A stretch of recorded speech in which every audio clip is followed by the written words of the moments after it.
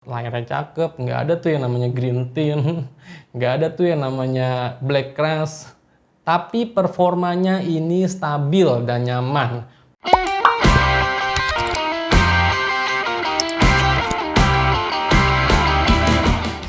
Halo semuanya, balik lagi sama gue Venga di channel Vika Progress. Di video gue kali ini, gue mau ngebahas tentang Samsung Galaxy A53 lagi nih.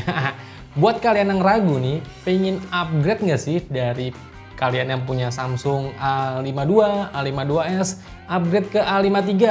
Nah, menurut gue, jangan ragu kalian buat upgrade ke Samsung Galaxy A53. Kenapa? Nah, di sini di video gue kali ini gue mau ngebahas nih, kenapa kalian nggak perlu lagi ragu buat upgrade ke Samsung Galaxy A53. Karena Samsung Galaxy A53 ini udah gue gunakan sebagai daily driver gue sehari-hari, pengganti daily driver gue yang kemarin, Poco F3. Nah, ini banyak hal nih yang gue temuin nih di Samsung Galaxy A53. Sempet direndahkan sih, karena ekspektasinya nggak bisa melebihi si pendahulunya, Samsung Galaxy A52s. Nah, sekarang gue mau ceritain sedikit tentang Samsung Galaxy A53 ini, kelebihan dan kekurangannya. Buat kalian yang ragu, mesti nonton video ini sampai selesai. Oke, lanjut ke videonya.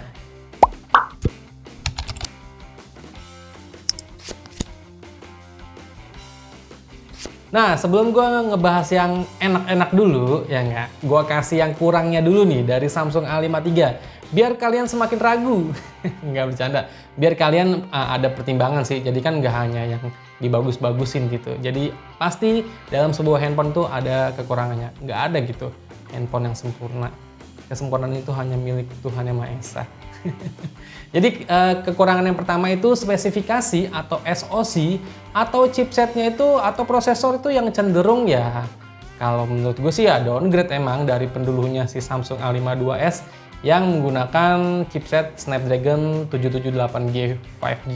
Nah, menurut gue si Samsung A53 ini prosesornya menggunakan Exynos. Nah, dia cenderung ke aman-aman aja sih sebenarnya. Handphone ini tuh kalau untuk spesifikasi ya nyari aman aja. Yang penting nyaman digunakan itu udah cukup banget. Karena memang pendahulunya itu powerful di kelas menengah. Nah, ini masuk kategori kelas menengah juga sih, tapi yang nggak sepowerful Snapdragon 778. Dia masih pakai Exynos 1280. Oke, jadi menurut gua chipsetnya emang downgrade, tapi kalau urusan kenyamanan ya masih boleh diadu lah sama pendahulunya. Yang kedua, ini yang paling ngenes banget sih menurut gua. Ini handphone kalau kalian beli barunya itu udah nggak dapet charger lagi. Ingat ya, ini handphone udah nggak dapet charger atau casan lagi atau batok kepala charger lagi. What?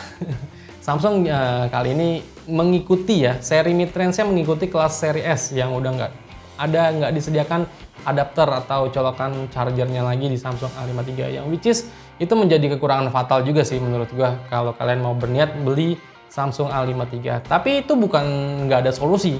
Solusinya ya, gue udah pernah bahas atau sharing ke kalian tentang gue beli kepala charger itu murah meriah. Itu udah mendukung super fast charging. Bukan fast charging aja ya, jadi super fast charging. Nah, itu harganya 100 ribuan lah kalau nggak salah. Gue sih beli waktu flash sale sih 70 ribu. Itu mereknya Usems. Itu udah terkenal juga kok untuk merek-merek dari kayak kabel, casan itu udah terkenal. Jadi itu bukan suatu masalah dan pasti ada solusinya. Tapi kalian harus mengerogoh uang kalian dikit lagi untuk membeli batak charger. Nah, yang ketiga nih kekurangannya ya memang harganya terlampau lebih tinggi sih dari si pendahulunya. Harga yang lebih tinggi dan juga chipsetnya yang nggak sewah yang pendahulunya sih. Tapi ya menurut gua ini menjadi handphone yang nyaman sih kalau udah digunakan ya itu sih.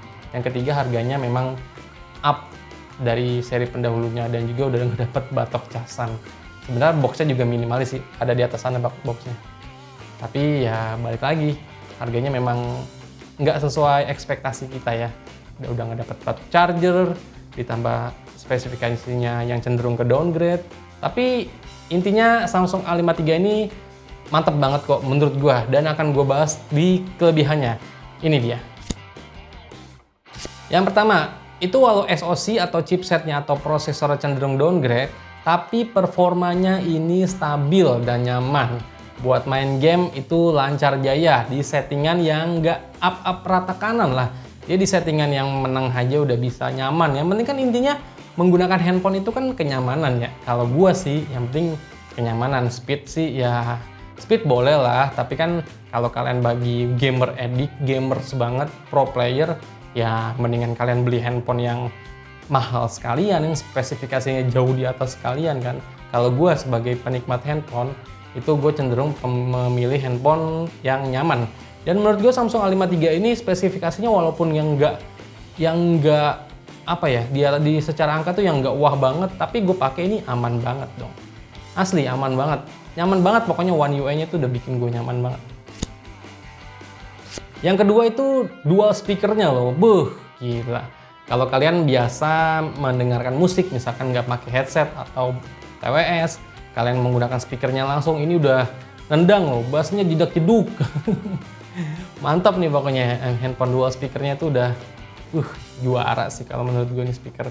Handphone 5 jutaan tapi speakernya yang udah mantap, walaupun nggak ada banding kayak Harman Kardon apalah itu yang tapi untuk hasil dual speaker yang dihasilkan itu udah cenderung mantap.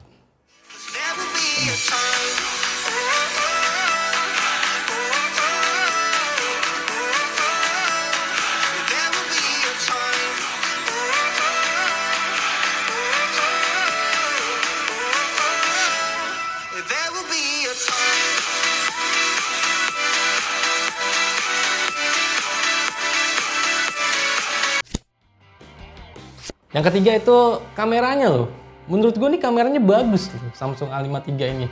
Ini tuh bisa gue jadiin buat gue bahan foto-foto thumbnail atau foto-foto malam low light-nya juga cakep loh, apalagi siang hari. Video untuk tentang kameranya udah gue bahas juga di channel gue. Kalian tinggal tonton aja, cari aja di channel gue. Di situ gue emang gue ngebanggain banget sih, karena memang hasil yang ditawarkan itu, yang dihasilkan itu ya mantep, tajem. Foto low light ataupun yang diterang suasana cerah gitu juga yang dihasilkan itu udah mantap banget. Jadi menurut gue tuh kelebihan ketiganya itu dari kameranya sih yang udah mantap.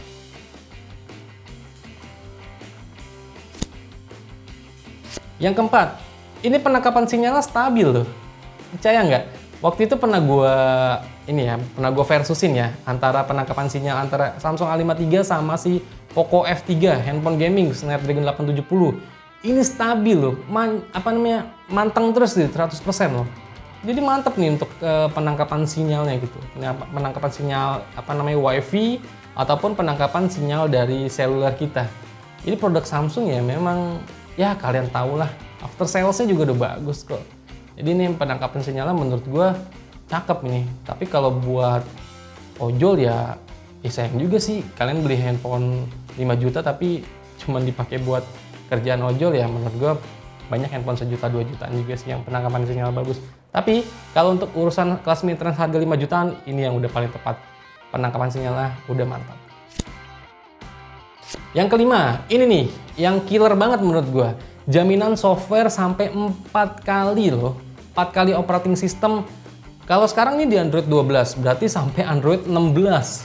Ini dijamin sama Samsung loh. Sampai Android 16. Kata Samsung sampai Android 16 ini dijamin untuk update software ya.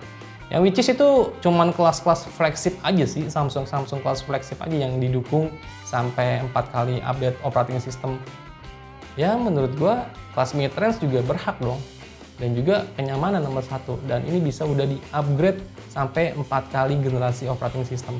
Ini Android 12 pada saat gue beli sampai Android 16 nanti, berarti ini tahun 2022, 2026. Ini handphone nggak kebagian update, pasti kebagian update sampai tahun 2026. Jadi after salesnya setelah kita beli mantap. Yang keenam, intinya dari semuanya itu kenyamanan sih yang menurut gue nomor 1. Nah, ya jelas lah handphone merek Samsung nggak perlu spek yang gaming banget, ya kan, nggak perlu spek yang tinggi banget di kelas mid range. Yang penting asal dipakai nyaman dan dukungan softwarenya yang udah mateng, ya kan, ya kalian tau lah One UI. Dan ya so far gue suka sama Samsung A53 ini, dan ini gue jadiin sebagai daily driver gue sekarang ini. Gila, ini handphone 5 jutaan udah nyaman banget, layarnya cakep, nggak ada tuh yang namanya green tint, Nggak ada tuh yang namanya black crash. Itu nggak ada semua di Samsung A53 ini. Jadi kenyamanan yang menurut gua mengubah segalanya menjadi A53 ini, yang menurut gua kalian kalau mau upgrade jangan ragu lagi. Ini udah gua pakai dalam kehidupan gua sehari-hari. Handphone daily driver gua sehari-hari. Jadi kalian nggak usah ragu lagi kalau kalian mau upgrade ke A53, boleh silakan monggo. Kameranya bagus, dukungan software juga udah aman 4 tahun ke depan. Jadi buat jangka panjang ini handphone ya udah sekali beli pakai sampai 4 tahun ke depan masih bisa dijamin untuk softwarenya. Oke, ya udah segitu dulu aja yang bisa gue sharing ke kalian. Semoga kalian gak ragu lagi ya untuk beli Samsung A53 ini. Oke, sampai ketemu di video gue berikutnya. Fengka pamit, bye-bye.